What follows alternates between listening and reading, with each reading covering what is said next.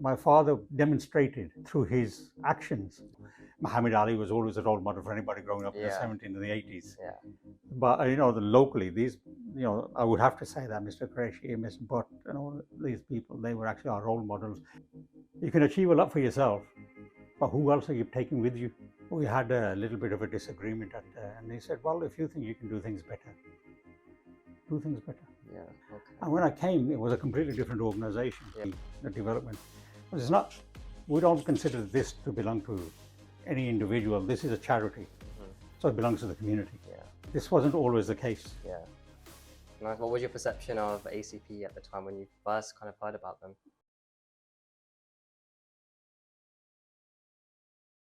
Welcome everybody to the latest episode of the ACP Podcast. Today we're very privileged. We have the project director of ACP here today, Mohammed Shafique. Very nice to have you here. Very big privilege. How are you doing? I'm good, thank you. Thank you for inviting me, Ali. Yeah, no, it's a brilliant opportunity to speak to you as well. I just wanted to start by talking a bit about how you got involved about ACP and what you do here at the moment. Basically, a few years ago, this organization was founded as Ashiana Community Trust by our elders. So as things progressed, the organization's aim was to actually retrain people that had actually been working in the industrial belt, which Birmingham was actually considered a manufacturing hub for the UK. And once those jobs started finishing, this organization was founded to actually, as a sort of urban farm and a retraining organization. Urban farm for younger people to work out where food comes from. And for older people to retrain into a more IT stroke office-based jobs. As time went on, other things got added on: advice, benefit advice, immigration advice. And as those people that founded the organization in the 70s grew older, they actually needed younger people to get involved. And I was invited by one of the gentlemen, was actually a founder, Mr. Mohammed Salim Qureshi. And so I joined the board of Ashiana Community Project. Nice. What was your perception of ACP at the time when you first kind of heard about them? Basically, when I first got to know Ashiana, I knew a little bit about Ashram, and then there was no contact between me and Ashram because we came when I was at junior school. We came here to the urban farm in the 70s, which was basically, they had cows, sheep. They used to have growing patches because we've got a massive back garden. But that was teaching young kids actually the origins of food. So I came here when I was about 9 or 10. That was my first interaction with the organization. Then for decades I had nothing, and then about 99, 2000, I was invited on. And when I came, it was a completely different organization. So I was thinking, I went outside looking for the polytunnels when they were growing stuff, and I thought, no, that went a while back.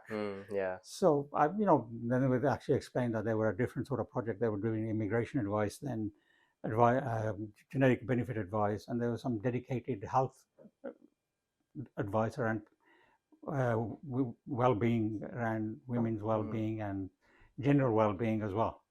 So in my head then, this was a completely different organization to the organization that I'd first visited. But I still thought what they were doing was worthwhile. So as I'd been invited, so I decided to join the board. How long have you been here now? So if you take my voluntary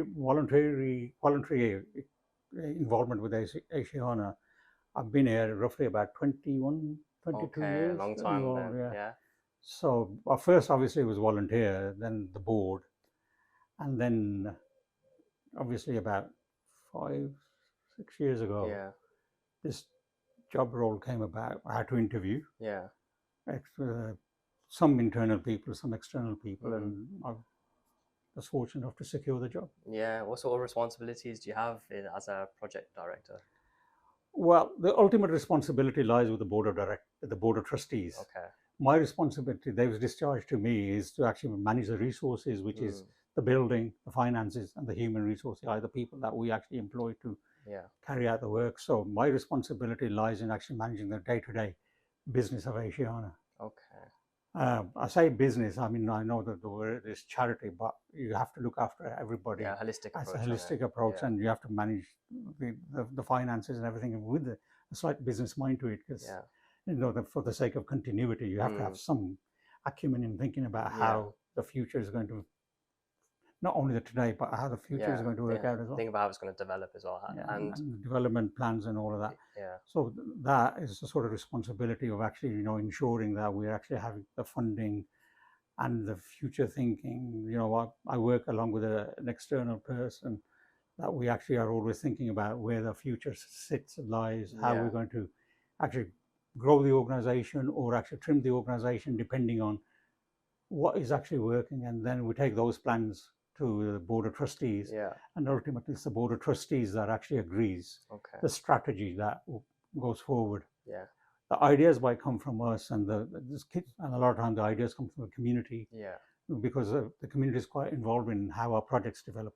Each one of our projects, the Women's Hub, the Drugs Project, which is now independent, all of these projects were actually ideas that came forward from the community. It's not we sat there as board of trustees and individuals and we thought, oh, we're going to do this.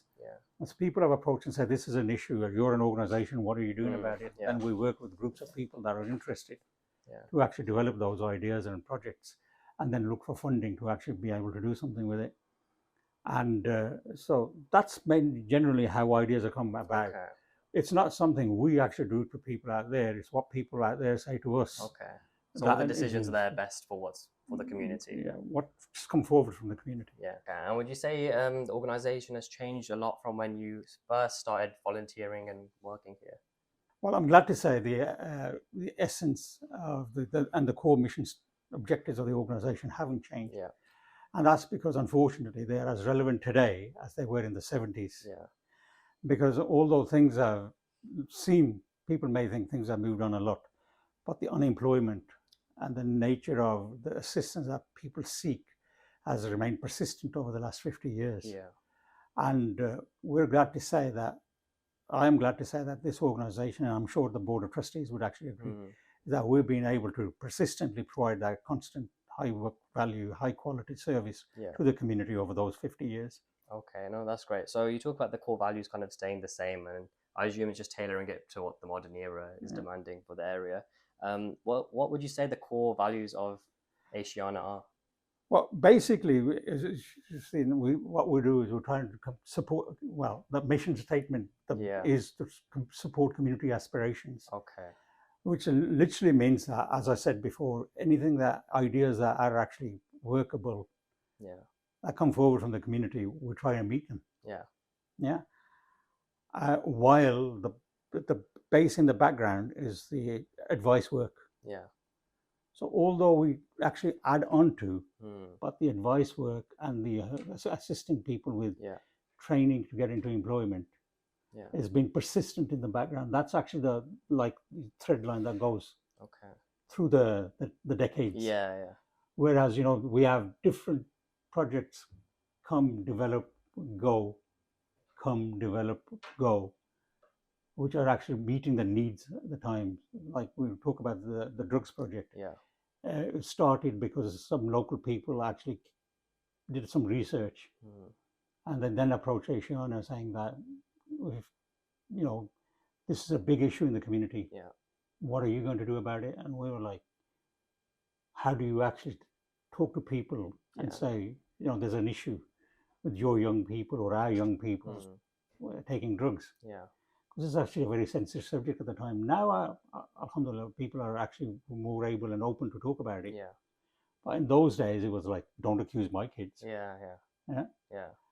So when that idea came forward, we were very hesitant. Then we got together a group of politicians, a group of local activists, and some specialists that understood the field of work. And they helped us develop a project. And that project now is actually an independent project down the road. So it was here for about 10 years.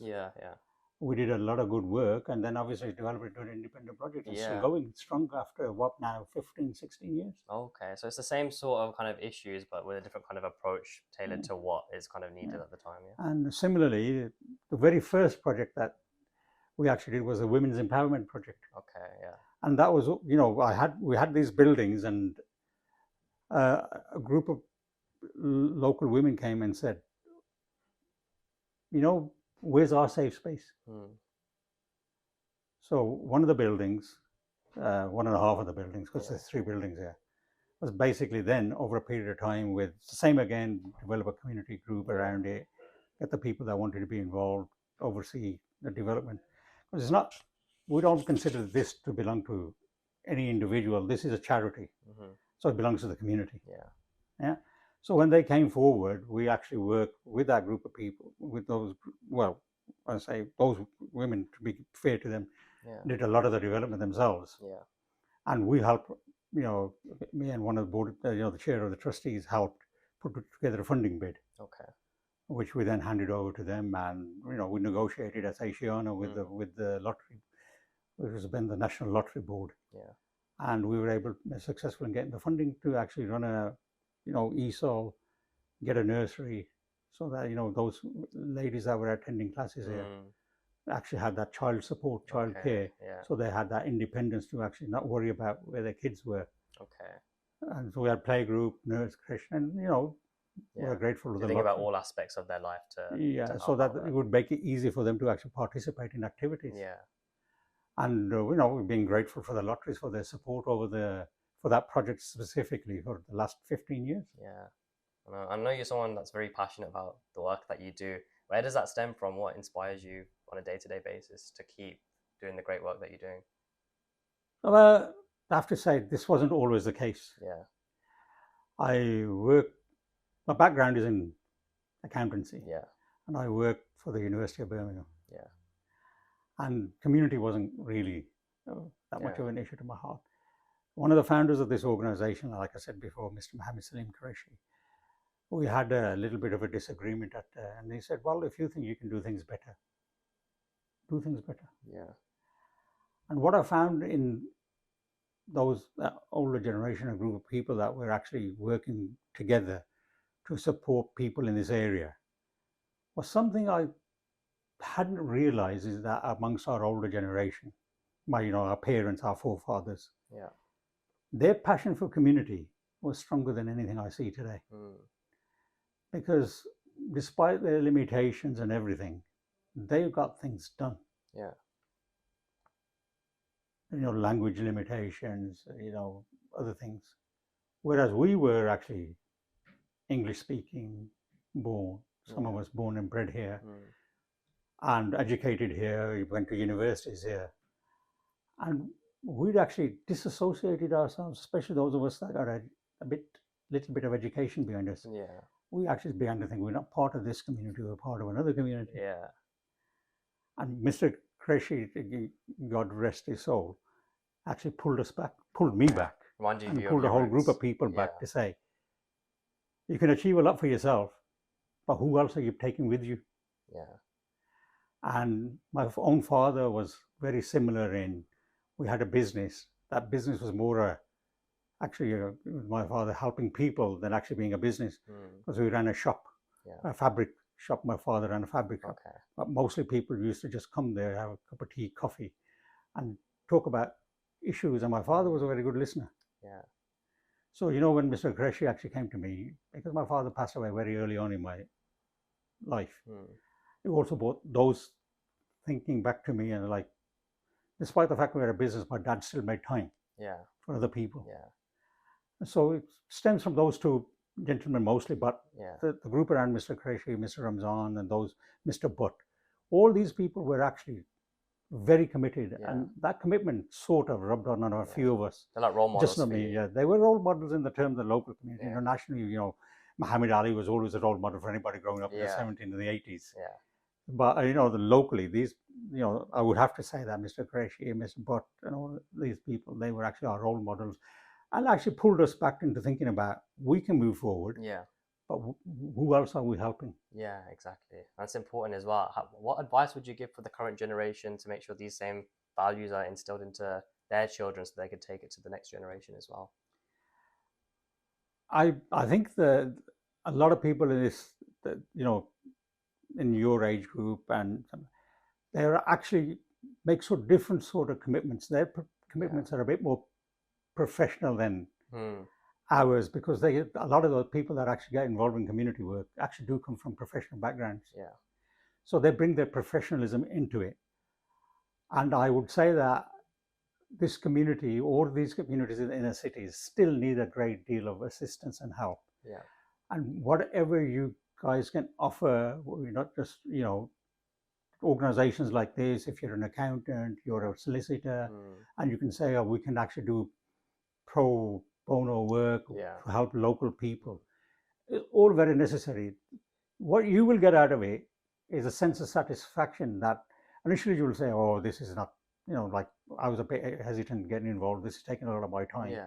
I could be out doing something else, playing football or whatever. But as you see success amongst people that need it, you will actually get a sense of satisfaction. It's more fulfilling in the long term, isn't it? In the long run. And I think then it's your duty to instill that sense of civic duty. Yeah. Everybody wants to talk about rights. Yeah. There is also a thing called responsibility. Yeah. And the responsibility is that if you have benefited, then to actually pass some of those benefits down to people that are not as fortunate. Yeah.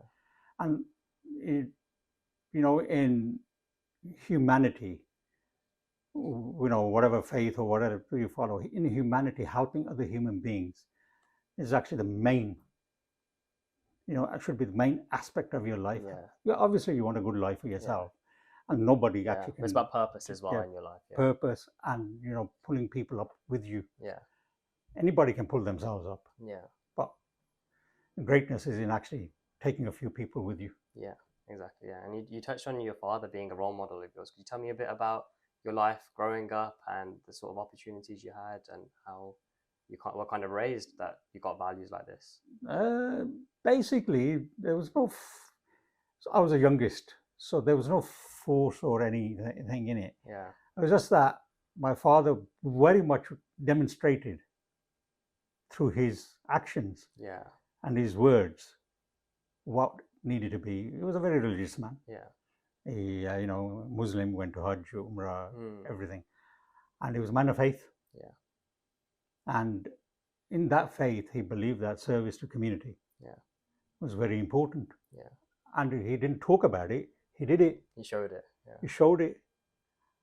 And like I said, even though he ran a business, he still made time for people that needed help. Yeah. And sometimes when we were younger, it was like those people were taking time away from us. Yeah.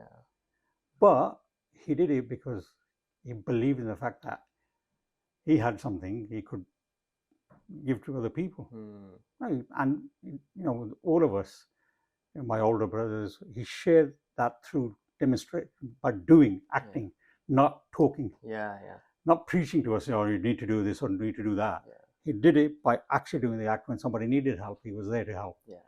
And so he's a role model by action, not by words. Yeah, exactly. And there's an art in kind of finding that balance in life, and you have to look after your own family and make an income, but also finding that time in your own time to go and help other people, whereas not everyone's doing that today. So it's a very important skill. And my father, actually, we come from a very humble background. Yeah.